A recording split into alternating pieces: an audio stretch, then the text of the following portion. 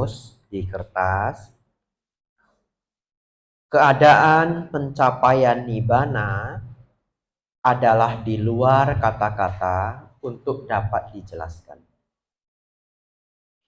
Ketika Sang Buddha mengatakan seseorang yang telah mencapai nibbana tidak lagi eksis, tidak lagi ada, yang beliau maksudkan adalah tidak eksisnya karakteristik yang berhubungan dengan eksistensi. Coba digarisbawahi karena ini sulit. Yang Sang Buddha maksudkan adalah tidak eksisnya karakteristik yang berhubungan dengan eksistensi.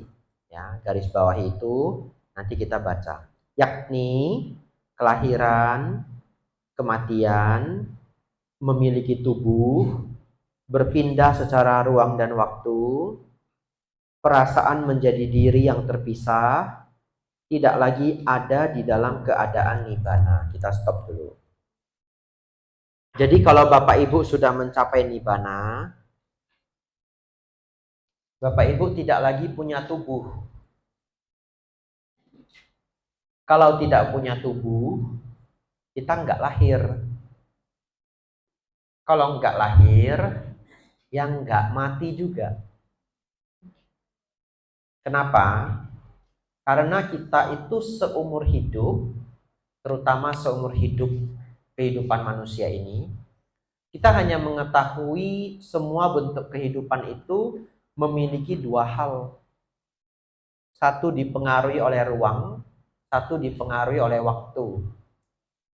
Jadi semua makhluk yang kita temui di semua yang bisa kita lihat, itu masih dalam ruang lingkup, ruang dan waktu. Kita belum pernah menemui makhluk yang tidak ada, tidak terkait oleh waktu. Nggak pernah. Bingung toh? Begini. Di dalam fisika, waktu itu ternyata adalah satuan. Apa artinya? Satuan itu, kalau di dalam fisika disebut satuan, artinya kita mampu mempengaruhinya. Contoh, apa satuan suhu di Indonesia? Wah, pinter semua orang Palembang ya. Celcius ya. Bisa kita atur? Bisa ya. Apinya dikencengin. Betul ya? Celciusnya naik. Apa satuannya kecepatan? Salah satu yang populer kilometer per jam. Ya, bisa dipengaruhi? Bisa. Gasnya dikencengin. Nah, nabrak. Ya. Jadi satuan energi apa? Joule. Pernah dengar? Ya. Satuan listrik apa? Voucher. Zaman sekarang voucher listrik ya. Nah, itu satuan listrik. Kalau habis mati dah rumahnya kalau yang pakai kuota. Ya. Jadi begitu disebut satuan artinya bisa dipengaruhi. Di dalam fisika mereka sudah menemukan bahwa waktu itu ternyata bisa kita pengaruhi. Maka muncullah konsep mesin waktu. Ya. Dari perhitungan rumus bisa. Ya, bahkan sudah sedikit terbukti. Sedikit terbuktinya bagaimana? Waktu itu dipengaruhi oleh kecepatan. Jadi mereka menciptakan 2 jam analog yang hasilnya harus sama antara A dan B. Kemudian salah satu jam analog ini dimasukkan ke pesawat jet, dibawa muter-muter dengan kecepatan tinggi. Katanya semakin cepat kita bergerak, waktu semakin lambat. Saya ulangi ya. Semakin cepat kita bergerak, waktu semakin lambat. Kalau kecepatan kita mendekati kecepatan cahaya, waktu berhenti. Itu rumus Einstein, teori relativitas waktu. Ya, kalau Bapak Ibu bisa bergerak secepat cahaya, Anda tidak dipengaruhi waktu. Keren ya? Ya. Berapa cepat cahaya itu? 3 kali 10 pangkat 14 meter per detik. Nah, SMP, fisika. Ayo, siapa yang nyontek? Jangan saya sudah pede salah lagi ya. Semoga enggak salah. Kalau sudah dihitung lebih kurang, ini supaya gampang dicerna, 300.000 kilometer per detik. Itu kecepatan cahaya. Ya, 300.000 kilometer per detik. Mobil Anda berapa? 100 kilometer per jam. 1 jam berapa detik? 3.600. Ya, Anda hitung sendiri ya. Jadi mobil itu 1 detik cuma berapa kilometer? Ya, 100 banding 3.600 cuma sepersekian. Sekarang si cahaya ini sedetik 300.000 kilometer. Sinar matahari gerak dari matahari ke bumi berapa menit? 7 menit. Ya, 7 sampai 8 menit. Nanti cek Google ya. Jadi cahaya matahari. Jadi kalau Anda ingin tahu jarak bumi ke matahari, ya kalau kita ambil 8 menit, 8 kali 300.000. 8 kali 60 kali 300.000. Itu dapat jarak kilometernya. Bapak Ibu Saudara, oleh karena itu, makhluk yang mencapai nibbana ini tidak dipengaruhi ruang dan waktu. Nggak bisa dijelaskan ke kita. Kita mengalami ruang dan waktu. Betul ya? Oleh karena itu, di sini lihat, memiliki tubuh, berpindah secara ruang dan waktu. Siapa yang berpindah secara ruang dan waktu? Kita, ya. Siapa yang berpindah secara ruang dan waktu? Kita, ya. Mereka yang telah mencapai nibbana dan telah hancurnya tubuh, para Buddha, masih berpindah secara ruang dan waktu? Tidak, ya. Baik. Selanjutnya, perasaan menjadi diri yang terpisah.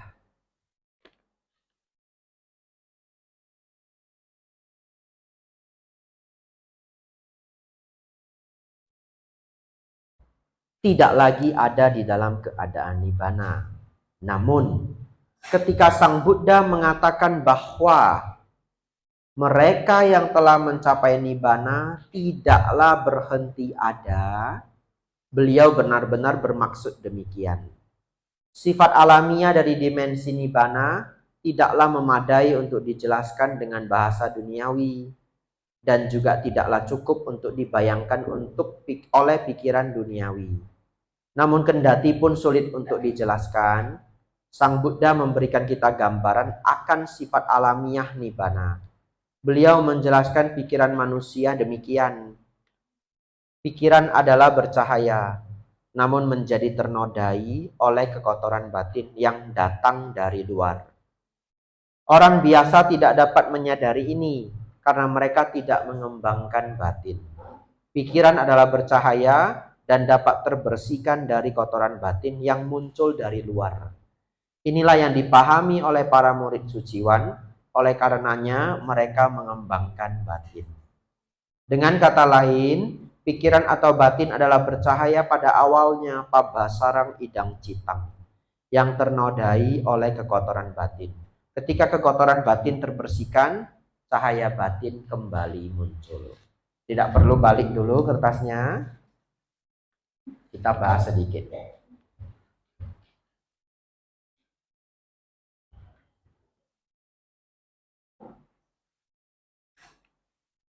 Bapak Ibu,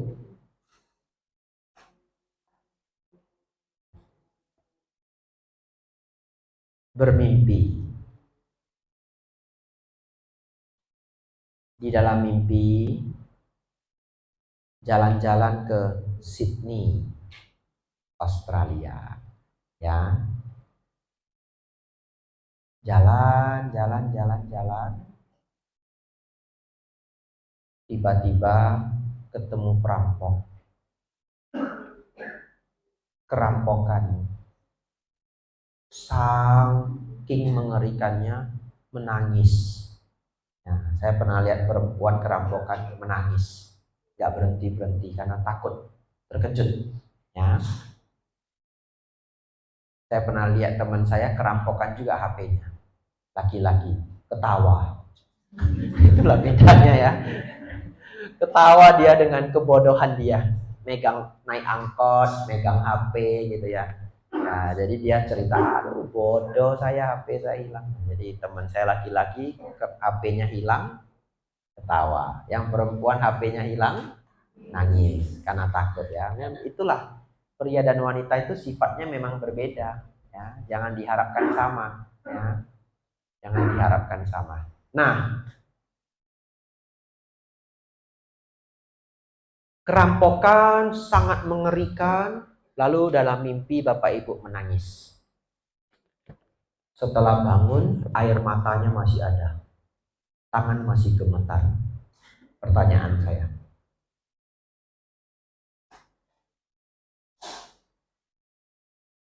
Bapak Ibu kerampokan enggak? Mengalami event kerampokan enggak? Kan pengalaman toh, seperti mengalami dirampok enggak? Iya ya, sampai nangis. Beneran dirampok enggak? Enggak. Jadi menjelaskan ini unik. Dibilang ada. Dibilang enggak ada, enggak ada. Tergantung konteksnya apa. Kalau ketika ditanya konteksnya mimpi, ada nggak dirampok? Ada. Ketika konteksnya mimpi. Ketika konteksnya kenyataan secara literal, hitam di atas putih, ikut kamus, apa adanya, kerampokan enggak? Enggak, itu artinya literal ya, ikut kamus, literally bahasa anak muda. Ya, kadang saya ragu juga yang ngomong literally, ngerti nggak literally? Mungkin supaya keren-kerenan. Saya literally ya. Literally itu artinya ikut arti yang sebenarnya. Ya, ikut arti yang sebenarnya. Misalkan hidung kamu belang. Enggak ya, saya enggak hidung belang ya. Enggak, kamu literally hidungnya belang, artinya memang ada areng. Literally, memang terjadi, gitu ya. Ya, kok jadi seminar bahasa kita ya. Jadi Bapak Ibu Saudara, literally kerampokan enggak? Enggak. Ngalamin kerampokan di dalam mimpi? Ngalamin. Seperti itulah ketika Sang Buddha menjelaskan bahwa seorang arahat yang telah wafat itu tidak eksis. Maksud beliau adalah eksis di dalam semua kondisi 31 alam kehidupan. Ya, 31 alam kehidupan inilah yang kita ibaratkan mimpi tadi. Ya. Karena di dalam 31 kehidupan itu ada kemarahan, ada keserakahan, ada ego, ada tua, ada sakit. Betul ya? Ada mati, ada ruang dan waktu, ada perasaan yang terpisah dengan diri. Ya, jadi ketika konteksnya adalah 31 alam kehidupan, seorang arahat yang sudah wafat tidak eksis lagi. Tapi kalau secara literal masih ada eksistensi enggak? Ada, dalam keadaan nibbana. Tapi kita nggak bisa pakai kata eksistensi ini. Karena kata eksistensi kita ini sebagai manusia normal sudah selalu berhubungan dengan ruang dan waktu. Kita nggak bisa membayangkan eksistensi di luar ruang dan waktu. Error jadinya. Ya, jadi saking sulitnya menjelaskan ini, beliau akhirnya lebih memilih menyadarkan kita dari perihal 31 alam kehidupan. Jadi beliau lebih menekankan padam di seluruh 31 alam kehidupan. Ya, ini adalah salah satu topik yang paling berat ketika membahas nibbana. Bahkan beda biku bisa beda pendapat. Begitu ya. Tapi hari ini saya memperkenalkan analisa dari seorang Bante, namanya Bante Dhammika. Beliau adalah seorang ahli sutta. Ini adalah cuplikan dari apa yang beliau tulis.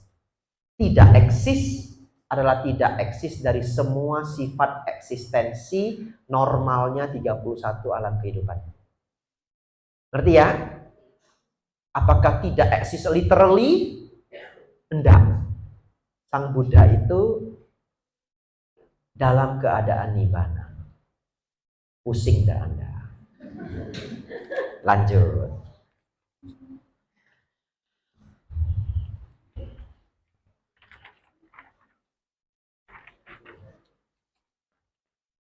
Nibbana adalah keadaan yang mana materi dan segala pasangan yang berlawanan, panjang dan pendek, besar dan kecil, murni dan tidak murni, telah hilang dan pikiran menjadi tanpa tanda, anidasanang, tanpa batas, anantang.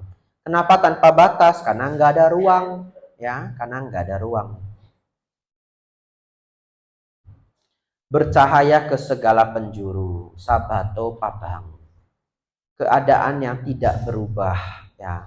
Nibbana padang acutang. Murni, sudhi, bebas, wimitik. Kebahagiaan tertinggi. Nibbanang paramang sukhang.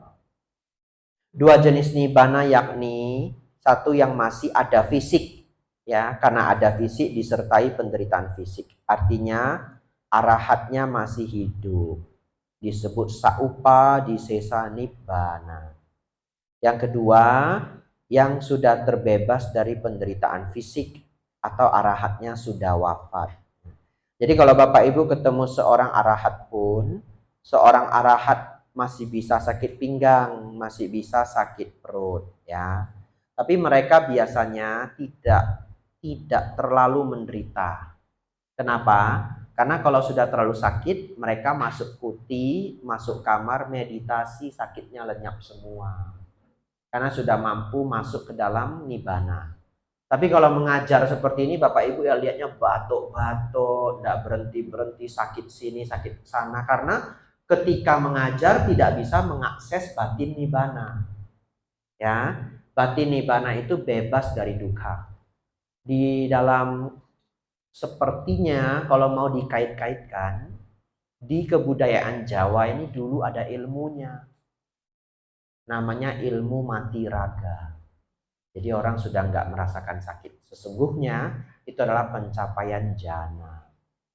Pencapaian jana itu Bapak Ibu juga stop semua rasa sakit fisik. Dan itu bisa dicapai oleh siapapun yang mau berlatih. Namun sangat-sangat sulit. Ya. Nah, jadi Bapak Ibu Saudara, itu sebabnya sebenarnya ajaran Sang Buddha itu sudah menjawab semua bentuk dukkha. Karena pada ujung-ujungnya penderitaan fisik itu juga teratasi sesungguhnya, yaitu oleh pencapaian jana. Kalau seorang arahat itu sudah kesakitan, dia masuk ke dalam jana, rasa sakitnya lenyap. Sampai kapan Bante? Sampai meninggal. Kalau sudah meninggal tidak lahir lagi, habis, tamat, di end. Oleh karena itu seorang arahat itu kalau belum meninggal, karena mereka hanya punya satu misi. Apa misinya? Mengajar dhamma. Kalau seorang arahat tidak mengajar dhamma, katanya ya, seorang arahat itu hanya akan bermeditasi terus-menerus dan tidak bangun lagi. Karena dia sudah tidak punya kepentingan dengan dunia ini. Dan biasanya itu berlangsung 7 hari. Jadi duduk bermeditasi 7 hari, wafat. Ya, jadi Bapak Ibu Saudara, lanjut.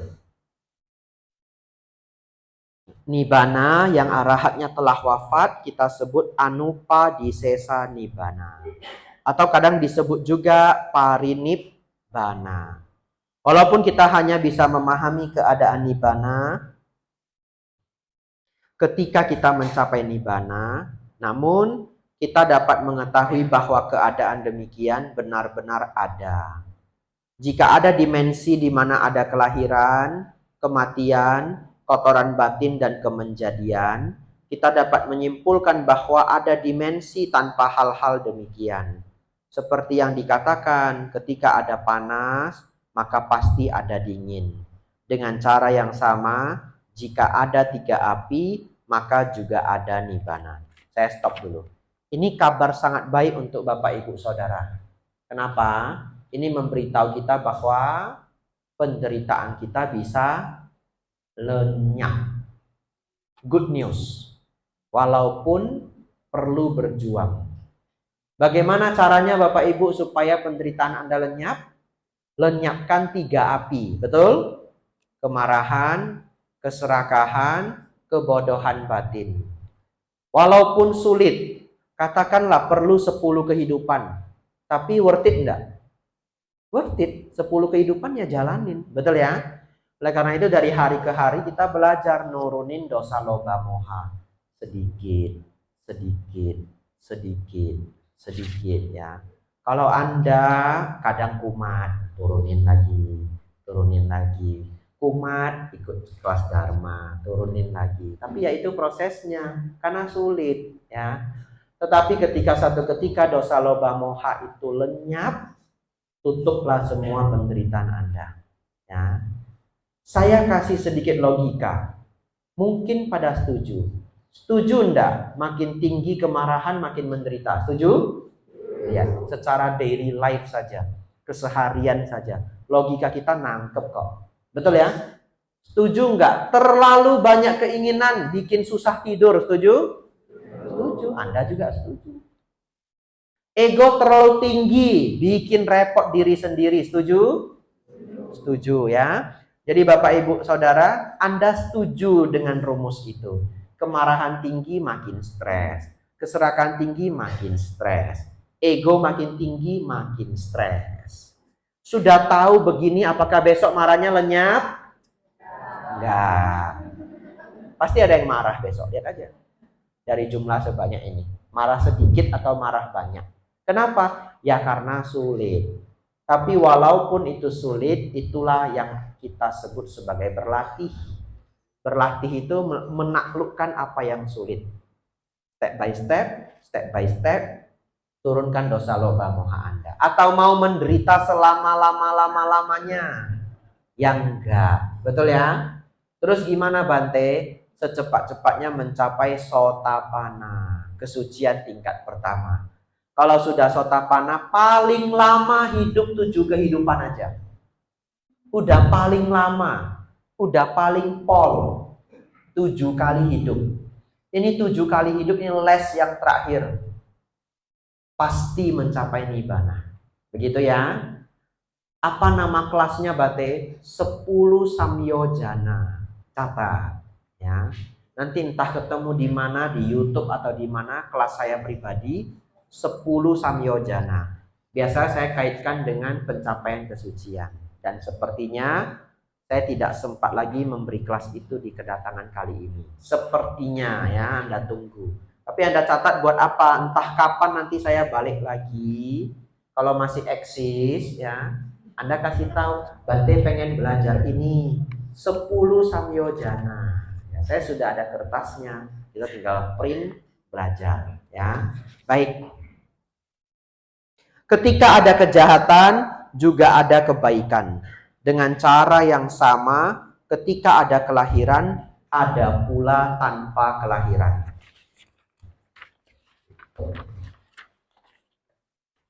Ya, saya ingin menggelitik Anda lagi. Pernah enggak ketemu orang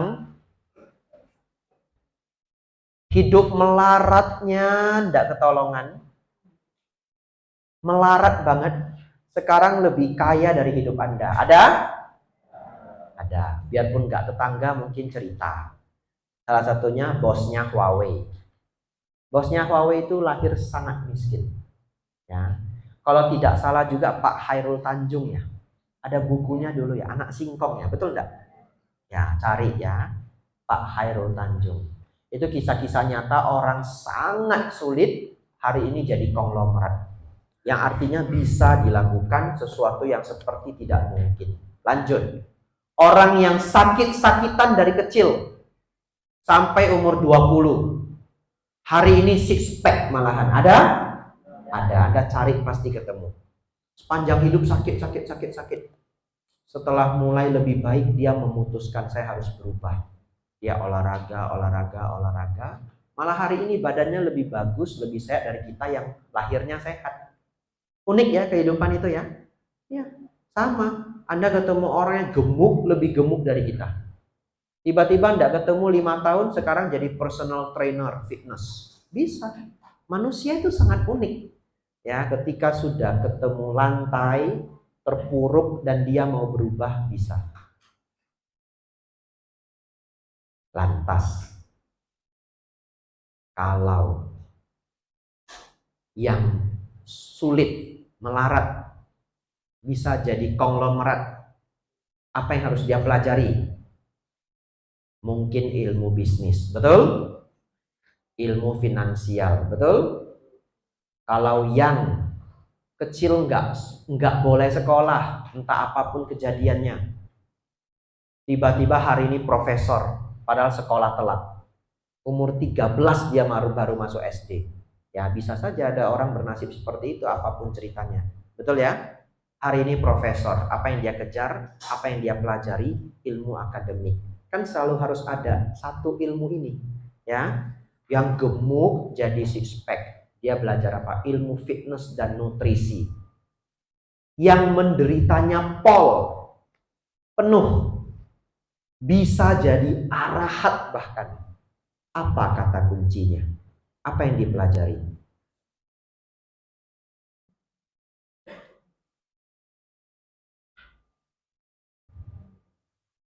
Catat ya, kata kuncinya ya. Kebijaksanaan. Itu. Semakin rendah kebijaksanaan seseorang, semakin banyak penderitaan. Semakin tinggi kebijaksanaan seseorang, semakin sedikit penderitaan. Jadi kuncinya adalah kebijaksanaan. Di mana dapat kebijaksanaan? Salah satunya ajaran Dhamma Sang Buddha. Tapi kalau cuma dicari satu poin universal, mau ngomong dengan orang agama lain juga boleh. Kuncinya adalah kebijaksanaan. Anda lihat anak kecil umur 2 SD, umur 2 tahun. Kehilangan permen saja ngamuk-ngamuk tantrum. Karena tidak bijaksana. Bagaimana mengharapkan anak umur 2 tahun bijaksana? Tapi kalau orang umur 50 masih belum bijaksana, ya tantrum juga. Betul ya? Jadi poinnya adalah kebijaksanaan. Sang Buddha mengatakan mereka yang bertambah umur namun tidak bertambah bijaksana hidup seperti sapi. Sang Buddha ya, hidup seperti sapi. Kenapa? Hanya bertambah dagingnya, tidak bertambah kebijaksanaannya. Jadi Bapak Ibu, supaya mencapai arahat yang dicari adalah kebijaksanaan. Kalau hanya diminta satu kata, ya, lanjut. Setiap orang mampu merealisasikan nibbana apabila mempraktikkan dhamma, ajaran Sang Buddha. Keadaan tanpa kematian ini telah dicapai oleh banyak makhluk dan dapat dicapai bahkan pada saat ini. Pada siapapun yang menjalaninya, namun bukan untuk mereka yang tidak berjuang. Kenapa? Susah, ya. 4. Kebenaran mulia yang keempat, jalan menuju lenyapnya dukkha, jalan menuju lenyapnya penderitaan. Dukkha nirodha gamini patipada. Dan jalan ini adalah jalan mulia berunsur 8, Arya Athanggika Magga. Siapa di antara Bapak Ibu di ruangan ini yang mau keluar dari dukkha? Ada ya, semua mau keluar dari dukkha, betul? Ini 8 jurus kungfunya. Ya, ini ilmunya 8 ini. Cuma 8 ini betul. Ya, cuma 8 ini. Dipraktekkan, maka duka akan berkurang. Karena waktu saya sudah benar-benar sedikit, biasanya 8 ini 2 jam, atau setidaknya 1 jam lebih sedikit. Jadi saya tidak menjelaskan secara komplitnya. Saya skip. Pandangan benar. Pandangan benar itu poinnya 3. Silakan dicatat. 1, memahami baik dan buruk.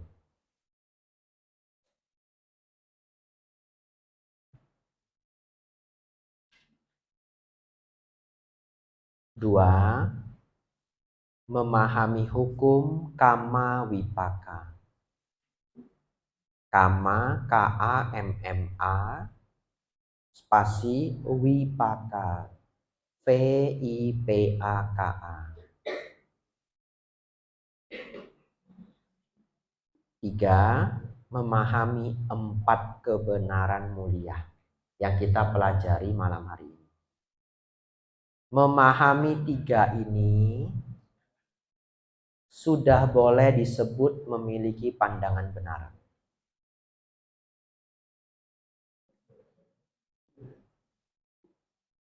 Kama artinya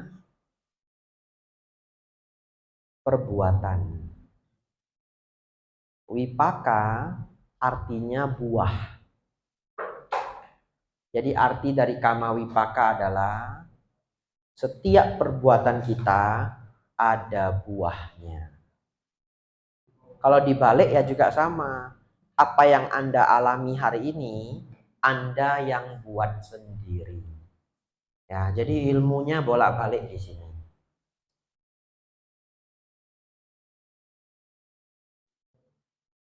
Berbuat baik berbuah kebahagiaan. Berbuat jahat berbuah penderitaan. Itulah rumus hukum kama wipaka. Berbuat baik berbuah kebahagiaan, berbuat buruk berbuah penderitaan. Hidup ini sangat aneh.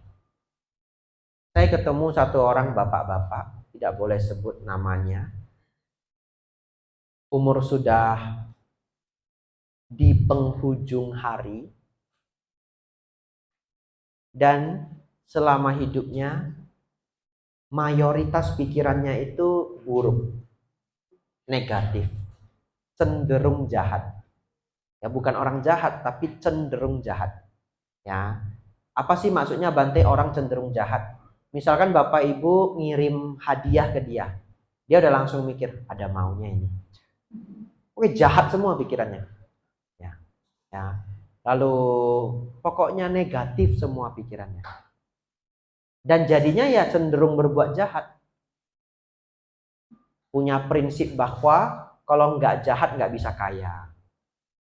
Orang jahat itu semua punya, orang kaya itu semua punya kejahatan tersembunyi. Pikirannya negatif semua. Negatif semua. Anehnya, di penghujung hari ini, hidupnya itu tidak ada keberhasilan. Hampir gagal di semua bidang. Sesuai rumus Sang Buddha. Barang siapa berbuat jahat berbuah penderitaan. Lebih anehnya lagi, diberitahu pun tidak mau berubah. Tidak ngerti. Mind blowing. Ya. Di sisi lain, ada orang yang baik. Bekerja keras. Sukses di semua bidang. Apa maksudnya Bante sukses di semua bidang? Ekonomi cukup. Keluarga harmonis. Dengan teman akrab. Kan betul ya? Sukses itu kan kalau cuma uang aja hidup Anda belum lengkap. Cuma uang aja tapi di rumah ribut, seneng nggak? Nggak seneng, betul ya? Ya, jadi keluarga harmonis, dengan teman akrab, dihargai di masyarakat, lengkap sempurna. Karena apa? Kebaikan. Dan itu pun sudah ada pembandingan yang begitu gamblang. Tidak semua orang loh mau mengubah pikirannya untuk jadi baik. Sesulit itulah pikiran manusia. Unik ya? Dia sudah menjalani hidupnya sampai penghujung hari, lihat sendiri semua akibat perbuatannya loh. Pun tetap tidak mau berubah. Jadi Bapak Ibu yang hari ini datang ikut Damakas, selamat. Anda tidak punya pikiran jahat itu. Tepuk tangan dalam hati untuk diri Anda sendiri. Ya, Anda ini orang-orang luar biasa. Saya ketemu orang yang hancur hidupnya karena pikirannya selalu jahat. Dia sudah jalanin dan membuktikan hukum karma ini. Tetap tidak berubah. Oleh karena itu Bapak Ibu Saudara, kalau pandangannya buruk, setuju nggak hidupnya akan mengarah ke buruk? Ya, mengarah ke buruk itu nggak hari ini. Contoh, kalau orang sangat senang berjudi, judinya pol-polan, ke kasino judinya. Kebetulan Indonesia nggak punya kasino. Ya, di kasino dia berjudi. Setuju nggak? Dia akan mengarah ke kehilangan harta. Setuju nggak? Ya. Mungkin hari ini duitnya masih ada. Nunggu aja 5 tahun. Dia sambil kerja, Sabtu Minggu pergi kasino. Habis semua kok. Saya udah ketemu juga orangnya. Kapan? Kapan melaratnya berhenti? Kalau tobat. Betul ya? Iya, kalau tobat. Hebatnya setelah tobat bisa recovery. Bisa. Ya, dia nggak mau berjudi lagi. Tidak ada kata judi dalam kamusku. Literally. Misalkan ya, dalam waktu 3-4 tahun kerja bisa recovery. Ekonomi bagus lagi. Apalagi kalau orangnya IQ-nya tinggi. Bisa aja dalam waktu 6-7 tahun sudah pegang usaha sendiri, ya. Tetapi itu akan mengarah ke kehilangan harta. Oleh karena itu Bapak Ibu, pandangan yang number one ini sangat krusial. Ya, ini salah mengarah ke salah. Hari ini belum nampak, ditarik waktu yang lebih panjang pasti buruk. Kalau seseorang berpandangan buruk, hidupnya menuju buruk. Kalau hari ini belum, ditunggu. Ya. Tapi kalau orang berpandangan baik, hidupnya menuju baik. Kalau hari ini belum, ditunggu. Bapak Ibu Saudara, pandangan ini nomor 1 menuju tingkat arahat. Ini menuju tingkat arahat loh ini. Ini Bapak Ibu lagi les. Kalau mau diganti judulnya, lesnya itu jadinya kelas menuju arahat. Ini betul ini. Ya, kelas menuju arahat. Ini basicnya ini. Yang pertama Bapak Ibu, mengerti kebaikan. Ya, tidak merugikan makhluk lain. Begitu merugikan makhluk lain, kejahatan. Yang kedua, perbanyak karma baik, jauhi karma buruk.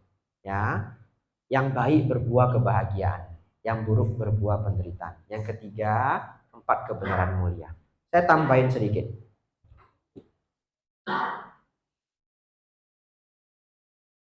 Salah satu poin sangat penting di pandangan benar ini tapi tidak kita bahas sore hari ini, malam hari ini adalah sila bata paramasa. Sangat terkenal. Mempercayai bahwa upacara dan ritual dapat menyucikan diri. Kalau dia berpandangan seperti itu, dia nggak mau lakukan nomor 2, 3, 4, 5, 6, 7, 8 ini. Atau kalau dilakukan pun atas motivasi yang tidak tepat. Karena dia berpikir bahwa mencapai yang tertinggi itu hadiah. Ngerti maksudnya ya? Kalau dalam Buddhis, mencapai yang tertinggi itu adalah hasil latihan. Ya. Saya ulangi. Mencapai yang tertinggi dalam Buddhis adalah hasil latihan. Kalau di ajaran-ajaran lain kadang itu adalah hadiah. Kalau hadiah itu sangat random. Kalau ditunjuk ya menang, nggak ditunjuk kalah. Ya, dan kadang-kadang itu hak. Nah, itu ya. Saya mau ngomongnya susah. Prero susah dah ya. Hak istimewa. Ya. Nah, jadi pokoknya ya terserah pimpinannya deh, seneng sama Bante Abijato. Saya lah, cintai lah gitu ya. Bepai lah, boleh. Hadiah. Dan hadiah-hadiah itulah yang berkembang di masyarakat. Kadang-kadang orang menjadi orang suci karena ditunjuk. Kita menyebutnya wahyu. Ditunjuk. Apa alasannya? Nggak tahu. Ya pokoknya orang itu yang ditunjuk. Dalam Buddhis nggak bisa disebut suci karena menaklukkan dosa loba moha. Dan itu adalah hasil latihan. Jadi Buddhism itu practice based religion. Keren ya? Practice based religion. Agama yang berdasarkan latihan. Siapa yang sudah ikut kelas pulang tidak mau latihan, enggak dapat banyak. Tapi Bapak Ibu sudah datang pulang Anda latihan, Anda dapat banyak. Begitu Bapak Ibu Saudara ya. Baik, Silabata Paramasa itu singkatnya percaya bahwa upacara itulah yang membuat kita naik ke alam yang tertinggi, pergi ke keadaan tertinggi. Itu salah mindset, salah pandangan. Begitu salah pandangan, yang lainnya sulit dilakukan. Baik, kita lanjut karena waktu kita terbatas. Bapak Ibu Saudara, di antara 8 ini yang paling penting adalah nomor 1. Silakan dilingkerin ya. Pandangan benar, apabila sudah benar, pikiran menjadi benar. Kalau pikiran menjadi benar, ucapan menjadi benar. Karena apa yang kita ucapkan adalah hasil dari apa yang kita pikirkan. Ucapan sudah benar, pikiran benar, mengarah pada perbuatan jadi benar. Kalau Bapak Ibu yang ikut Dhamma kelas di sini, saya yakin sudah nggak bisa menjahatin orang lain. Ya, kalau Bapak Ibu satu ketika marah, cepat-cepat hafal Karania Metasuta. Jangan karena marah dan benci mengharap orang lain celaka. Jangan karena marah dan benci mengharap orang lain celaka.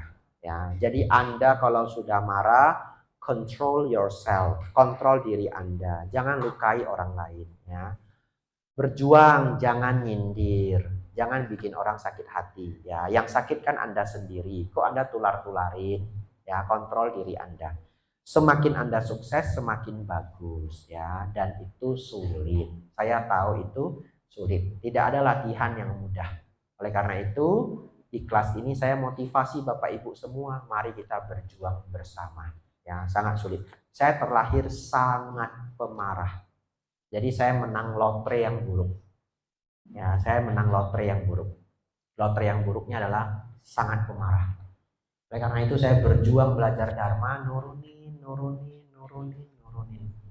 Saya tidak tahu Bapak Ibu dapat lotre yang buruk apa, saya tidak tahu. Kita semua dapat. Jadi ini istilah orang barat. Lahir itu ngambil lotre genetik. Nah, itu istilah orang barat ya. Jadi ada orang yang IQ-nya tinggi banget menang lotre. Ya. Saya ada beberapa lotre yang saya dapat dari lahir. Salah satunya saya sangat paham perasaan seseorang. Ya, jadi saya lihat begini, saya bisa tahu feeling keadaan Anda. Itu sebabnya itu bantu saya public speaking. Dan saya memahami orang yang pinter public speaking karena memahami orang lain. Karena saya juga melihat ini di Bante Atadiro, di Bante Santacito, dan itu mungkin bisa dikatakan bakat lahir. Ya itu dapat lotre saya. Ya, jadi saya lihat Bapak Ibu, saya tahu masih dengerin enggak. Saya tahu beneran. Anda pura-pura begini liatin saya. Tapi dalam hati mikir, besok masa apa ya? Cu kiam cai. Saya itu tahu siapa yang melayang, siapa yang masih dengar, saya tahu. Tapi kalau cuma 1-2 orang ya wajar. Tapi kalau udah banyak saya panggil. Panggilnya apa? Bikin lucu ya. Dikasih true story, ya, kasih kuis, kasih puzzle. Tapi selama saya ngajar di sini, konsentrasi Bapak Ibu semua luar biasa. Ya, sadu. Tepuk tangan pelan-pelan. Ya. Jadi Bapak Ibu Saudara, nomor 5 ini pekerjaannya benar ya. Nomor 5 ini cari duitnya benar. Karena ini sering salah, dulu diterjemahkan usaha benar. Jadi pernah satu ketika ada satu organisasi bikin kelas 8 hari. Kalau nggak salah setiap minggu, jadi 8 minggu. Hari Minggu tok. Mereka ambil topiknya ini, keren, pandangan benar, narasumbernya si A. Pikiran benar si B, keren banget. Jadi 8 acara, narasumbernya hebat-hebat. Di nomor 6, usaha benar betul? Itu adalah meditasi. Penghidupan benar ini cari uangnya benar. Tapi di bahasa Indonesia cari uang juga namanya usaha, betul ya? Atau dagang. Jadi yang nomor 6, organisasi ini ngundang siapa? Pebisnis. Mereka keliru. Kalau pebisnis itu harus masuk nomor 5. Yang nomor 6, meditator. 6, 7, 8 ini sudah masuk meditasi. 1 sampai 5, masalah hidup sehari-hari. Kita kaji sedikit. Pikiran benar apa Bante? Supaya gampang, saya kasih yang to the point saja. Tentu kalau mau dijelaskan ya 15 menit ya bisa gitu ya. Kalau to the point, apa pikiran benar? Pikiran yang penuh meta. Selesai. Simple ya? Iya. Pikiran yang penuh meta. Setiap Anda kehilangan meta, pikiran salah. Anda sudah marah. Ini parkir depan rumah saya terus. Gimana saya keluar?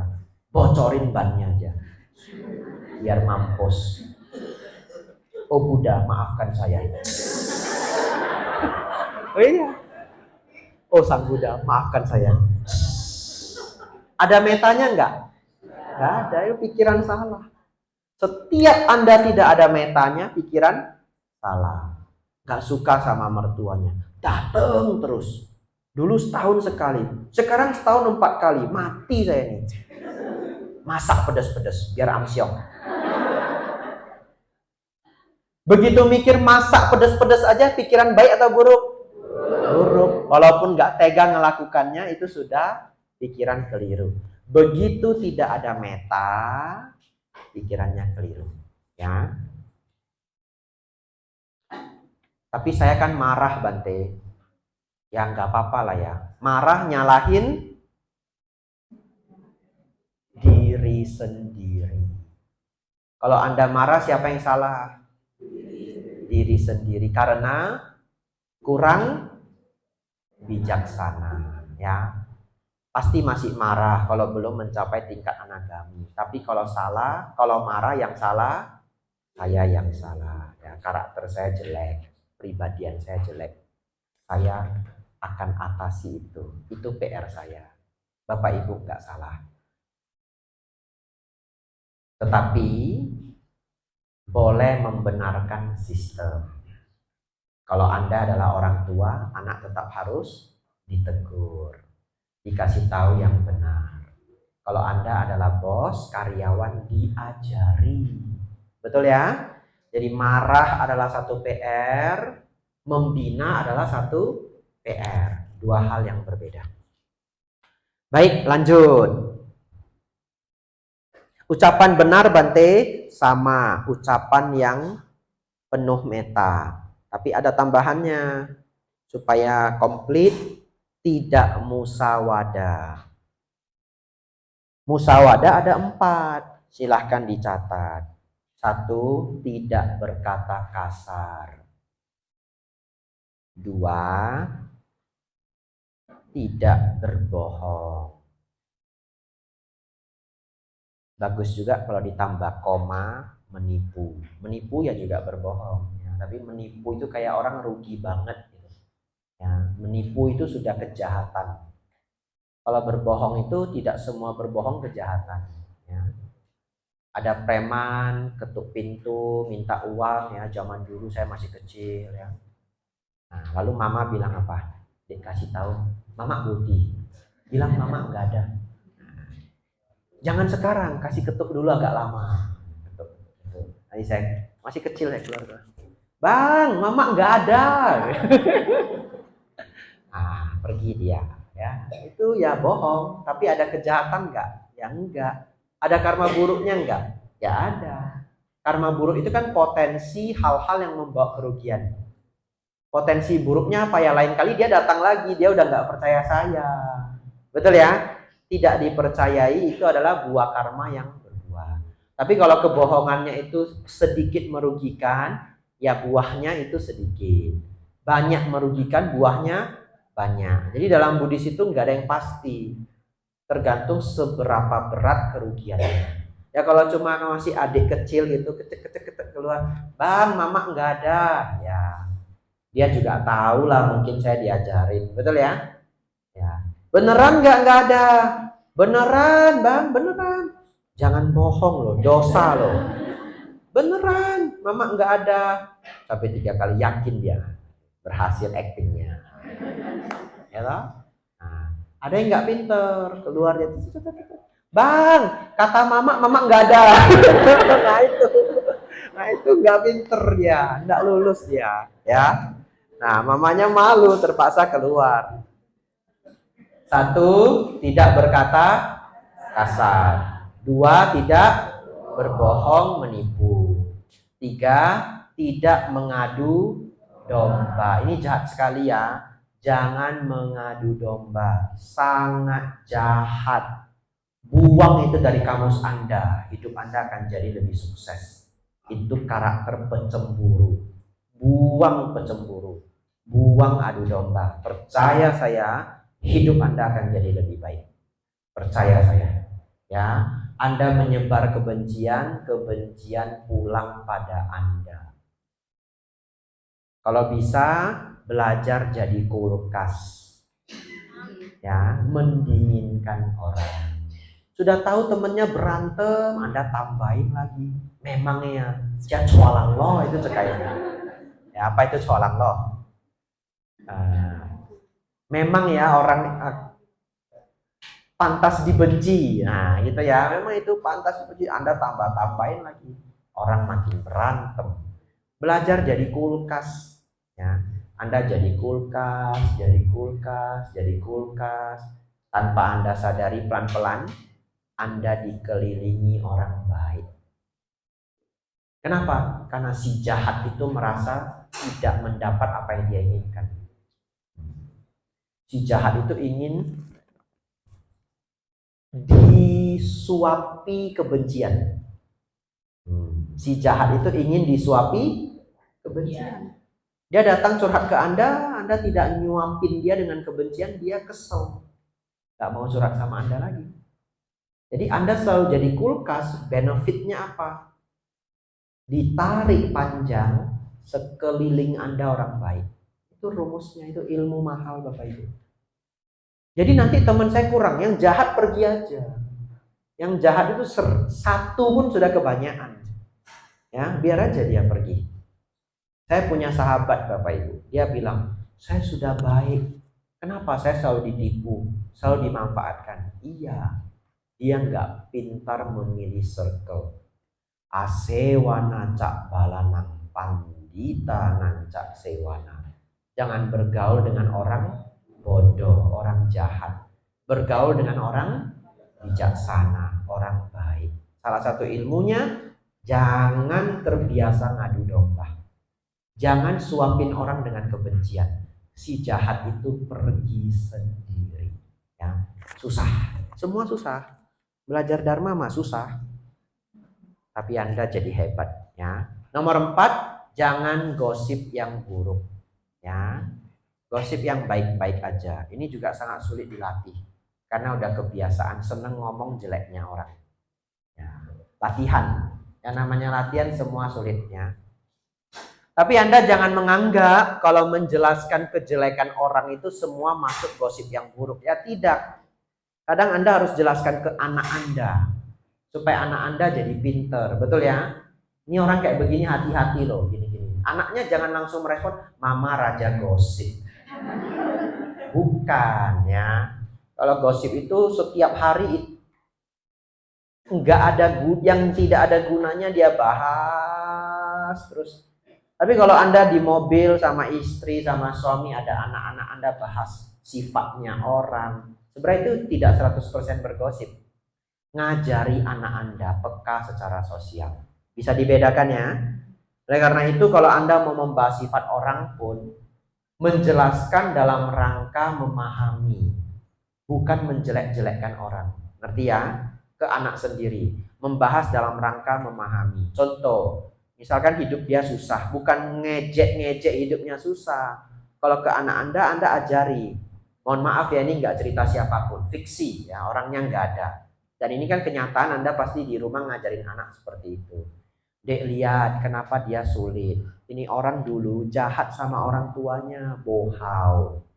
Ya, orang yang bohau itu susah cari nafkah. Makanya Dedek jangan tiru. Itu gosip nggak? Nggak ya, ngajarin ya. Baik, Anda tahulah porsinya. Bapak Ibu Saudara, 4 itu musawadah ya, jangan dilakukan. Berkata kasar, berbohong, ngadu domba, gosip yang buruk. Berkata kasar, berbohong, ngadu domba, gosip yang buruk. Berbohong itu di bahasa Indonesia ada tambahan lagi, menipu ya berbohong, memfitnah ya membohong. Begitu ya. Lanjut. Perbuatan benar yang tidak melanggar 5 sila dan memberi manfaat bagi diri sendiri dan orang lain. Selesai.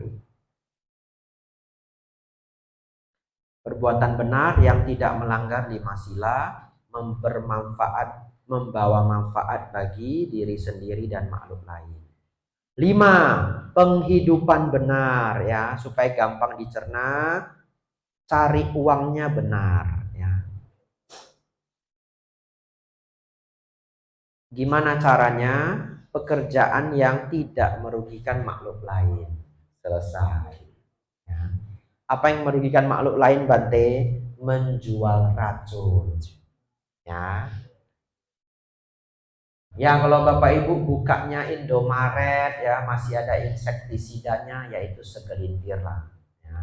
Nanti saya takut juga ngomong begini, Alfamart 10 cabang tutup semua ya. Yang penting Anda tidak buka toko racun ya. Ya Anda mau sterilkan, yaitu terserah Anda ya. Kalau Anda buka toko kelontong, Anda bisa sterilkan.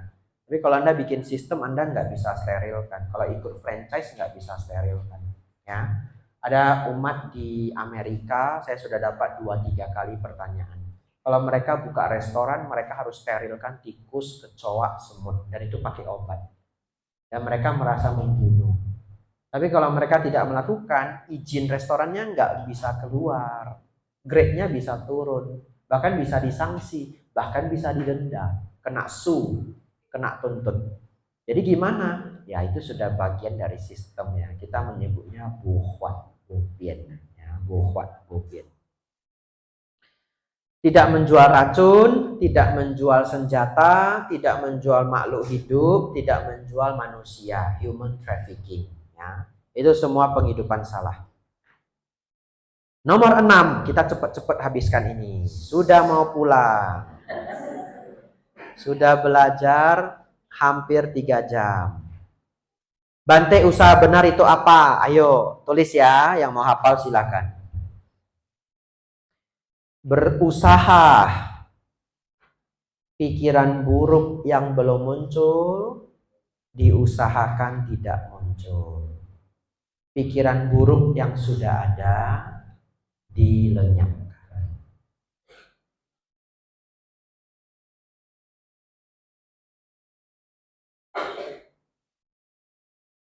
Berusaha pikiran baik yang belum muncul, diusahakan agar muncul. Pikiran baik yang sudah ada, dikembangkan. 4. 1, 2, 3, 4. Buruk yang belum muncul, diusahakan tidak muncul. Buruk yang sudah ada, dilenyapkan. Baik yang belum ada, dimunculkan.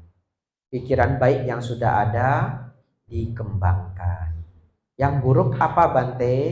Dosa, loba, moha, dan teman-temannya. perpaduannya ya. Yang baik apa Bante? Metta, karuna, mudita, upekha.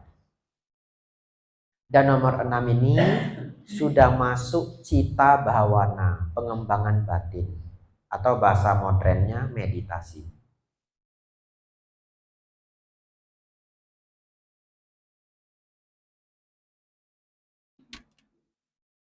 Pernah mendengar istilah meditasi itu bisa dilakukan setiap waktu? Pernah? Ini salah satu maknanya ya. Kalau muncul kecemburuan dalam hati, diusahakan supaya lenyap. Itu juga sudah bermeditasi ya. Karena Sang Buddha menggunakan istilah cita bhawana. Meditasi itu bahasa Yunani, artinya perenungan. Meditasi itu judul buku yang nulis Marcus Aurelius, sangat terkenal di Stoicism, kebijaksanaan Yunani ya. Jadi saya sudah kumpulin pelajaran-pelajaran keren semua. Tapi saya butuh setahun untuk mempelajari itu semua. Ditunggu tahun berikutnya. Ya sudah saya kumpulin Nietzsche, Marcus Aurelius, Wisdom and Philosophy dari profesor-profesor hebat Oxford, kemudian Stanford, saya kumpulin ya. Ada 38 ya. Satu guru 8 jam. Satu guru 8 jam. Nah, saya cicil supaya bisa menyampaikan hal-hal yang baik kepada Anda. Karena Sang Buddha mengatakan bahu sacak cak si pancak winayo cak susikito. Berpengetahuan banyak, berkarakter baik adalah berkah utama.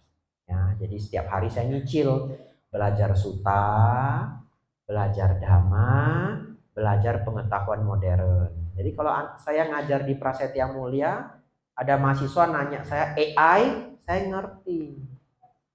Machine learning, saya ngerti. Deep learning, ngerti.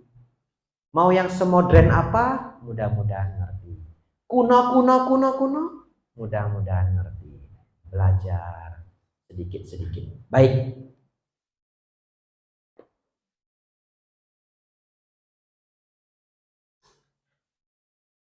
Nomor 7. Perhatian benar. Ini kalau dijelaskan 1 jam. Kita bikin jadi gampang ya. Memperhatikan sesuai dhamma. Selesai. Gampang ya? Memperhatikan sesuai dhamma. Kalau Bapak Ibu lihat ada orang meninggal, kalau di desa itu diangkat-angkat ini, di kerangkeng. Ya. Kalau di India Anda bisa lihat dilarung di sungai.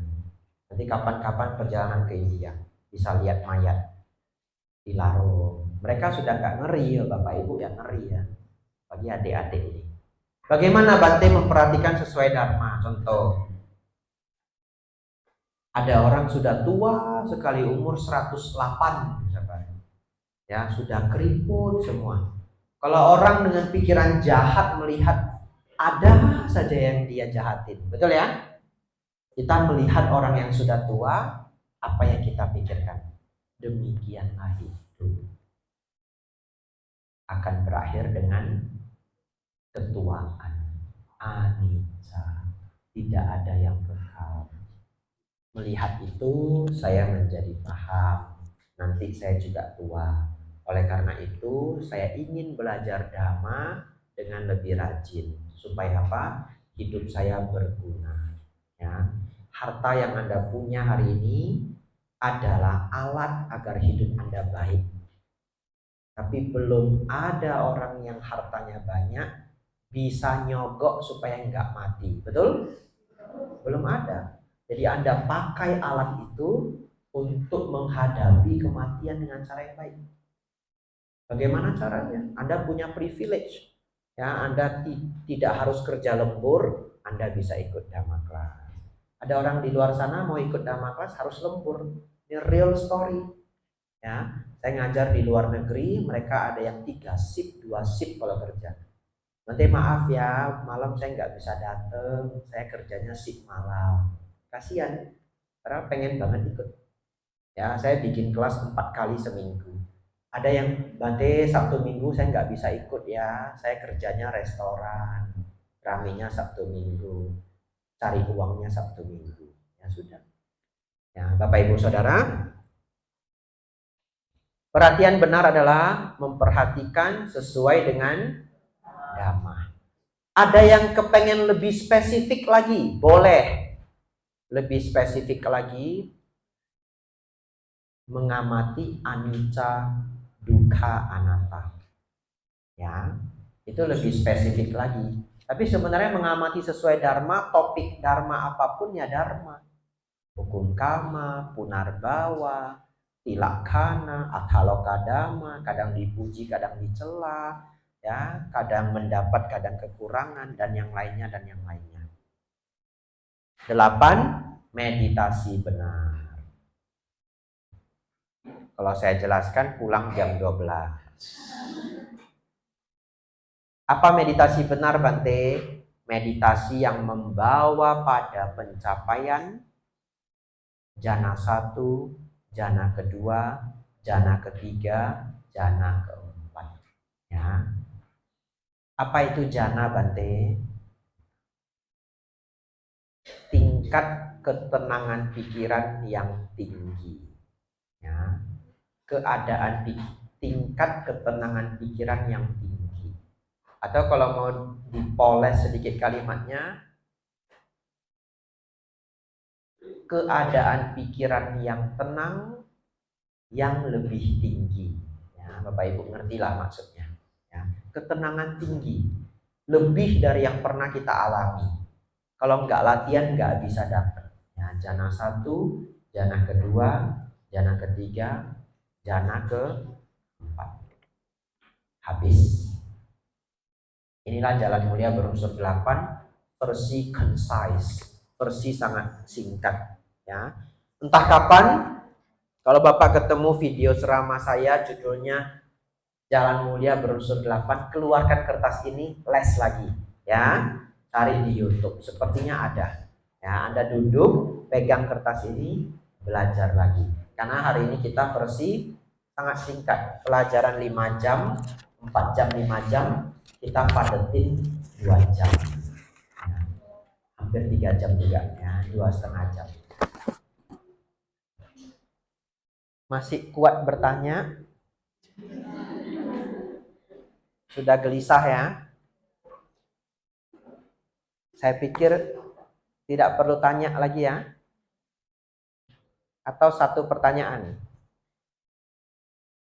Coba 2 pertanyaan saya jawab singkat. Ada yang mau? Boleh. Satu lagi ada yang mau? Boleh. Ayo silakan Pak. Jika kita menghadapi orang yang dia sudah mengalami penderitaan, sudah sakit, dan sudah pikirannya sudah buruk, segala macam itu, apa yang kita lakukan berarti? Apalagi itu terhadap orang tua kita gitu.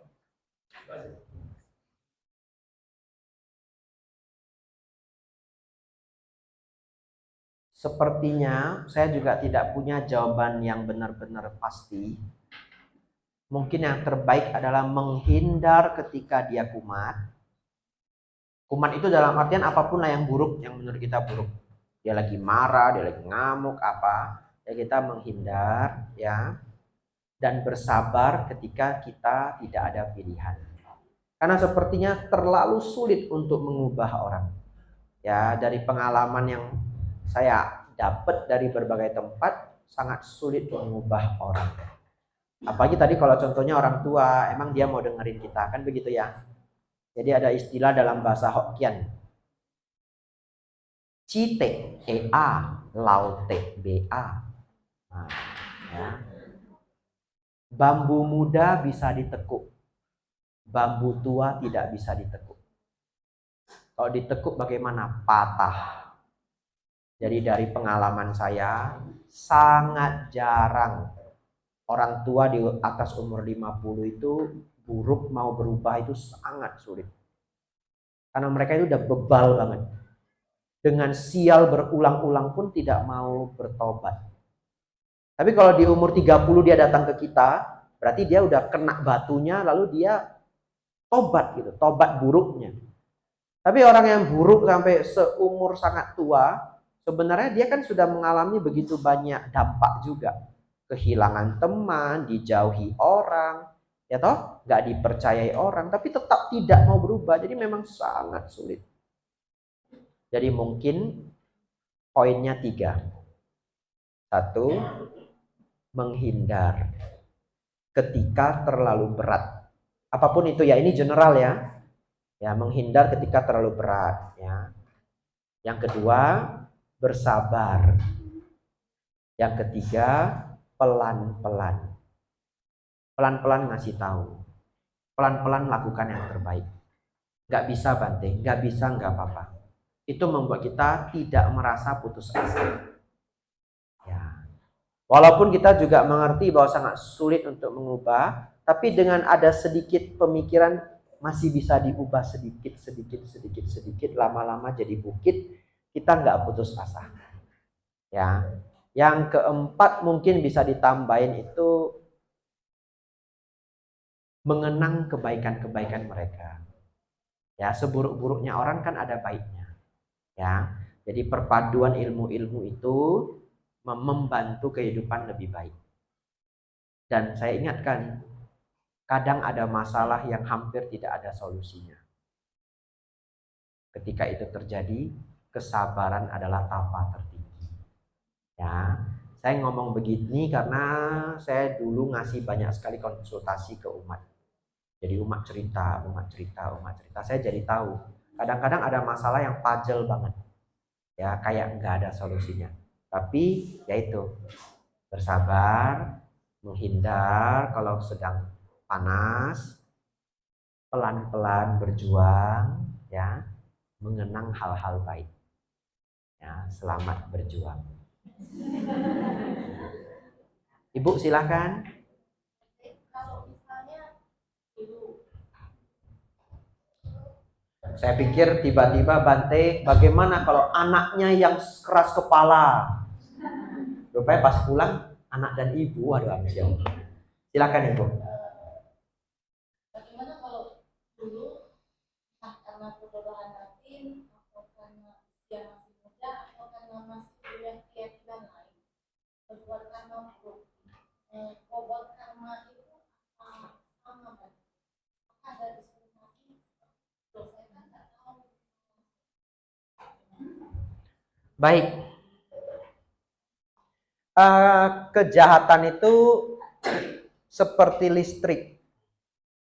Tahu ndak tahu kalau megang nyetrum. Ya, kadang kasihan anak kecil umur 3 tahun main ke proyek, kesetrum meninggal.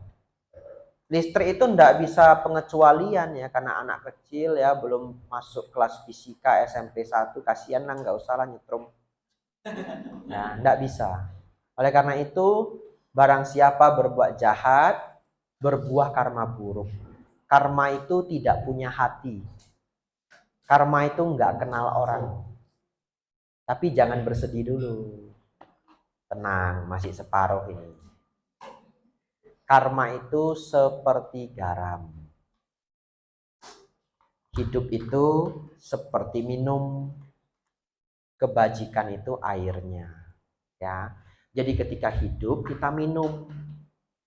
Kalau garamnya banyak, airnya sedikit, airnya sangat asin. Ya. Jadi karma itu pasti berbuah. Katakanlah, saya harus makan garam segelas. Garam segelas ini mungkin 2 ons. Teknik bunuh diri, dari tadi bunuh diri. Orang Tiongkok zaman dulu katanya bunuh diri itu caranya makan garam setengah kilo. Ya. Jangan ditiru ya, itu sudah mau bunuh diri tersiksa lagi. Nanti dia dehidrasi berat, ya, dehidrasi berat, akhirnya mati. Nah, jadi saya harus minum ini garam segelas ini, 220 gram contoh kalau penuh.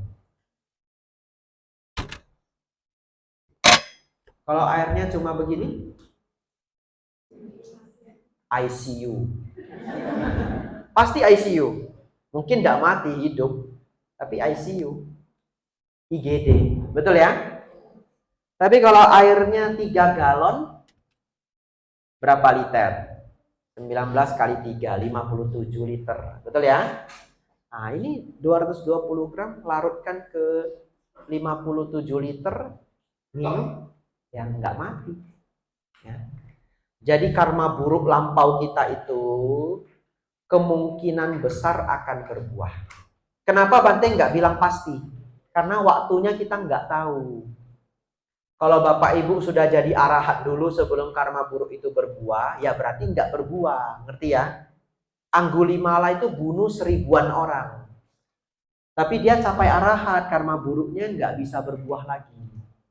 Kalau saya bahas itu setengah jam, tapi ambil aja dulu konsepnya. Ya, kalau dibahas setengah jam.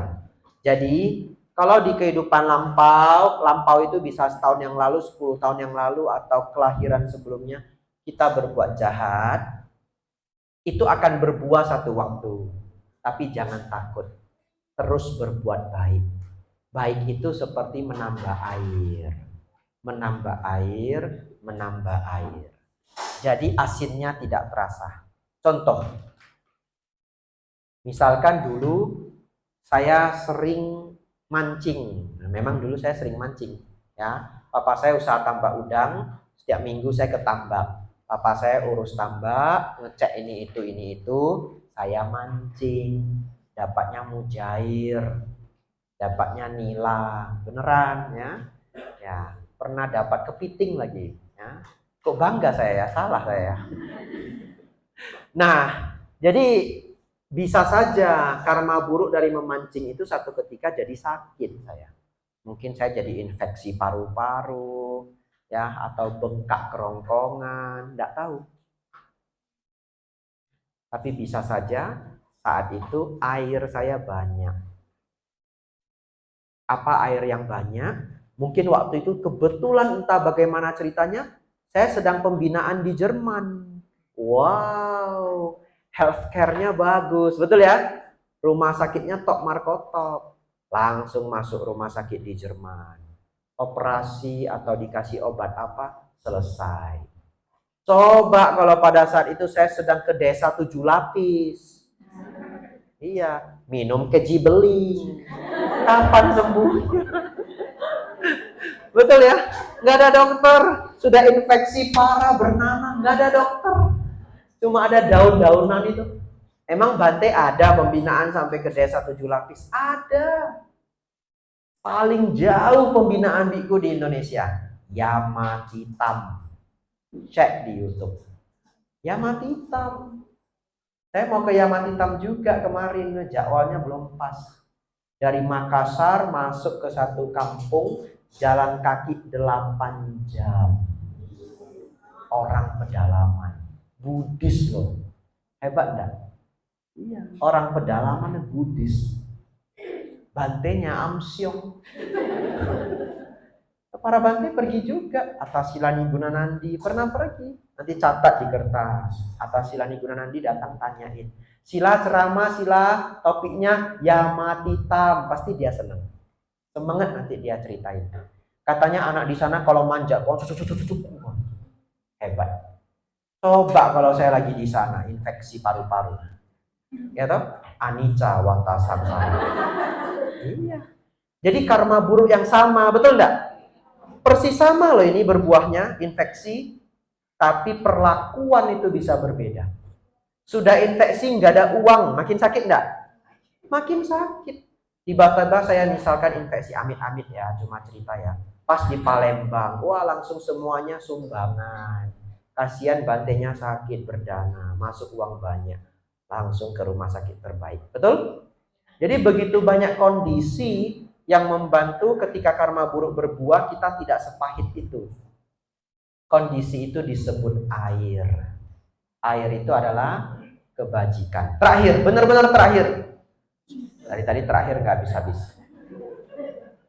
Anda lagi nambah air. Apa airnya hari ini? Air kebijaksanaan. Kalau dulu Anda marah, nyalain orang. Sekarang Anda marah, nyalain diri sendiri. Saya yang tidak bijaksana. PR-nya tinggal setengah. Enak nggak enak? Sudah lebih ringan. Begitu ya. Hari ini Anda nambah air kebijaksanaan. Air itu banyak. Tambahin terus. Tambahin terus. Habis. Sampai jumpa kesempatan berikutnya. Sudah malam sekali ya. Anumodana semuanya, luar biasa Bapak Ibu semua. Semoga Bapak Ibu semakin maju dalam dhamma, semakin maju dalam kehidupan. Sabe sata bawantu sukitata. Semoga semua makhluk hidup bahagia. Sadu, sadu, sadu. Hari ini saya putuskan Anda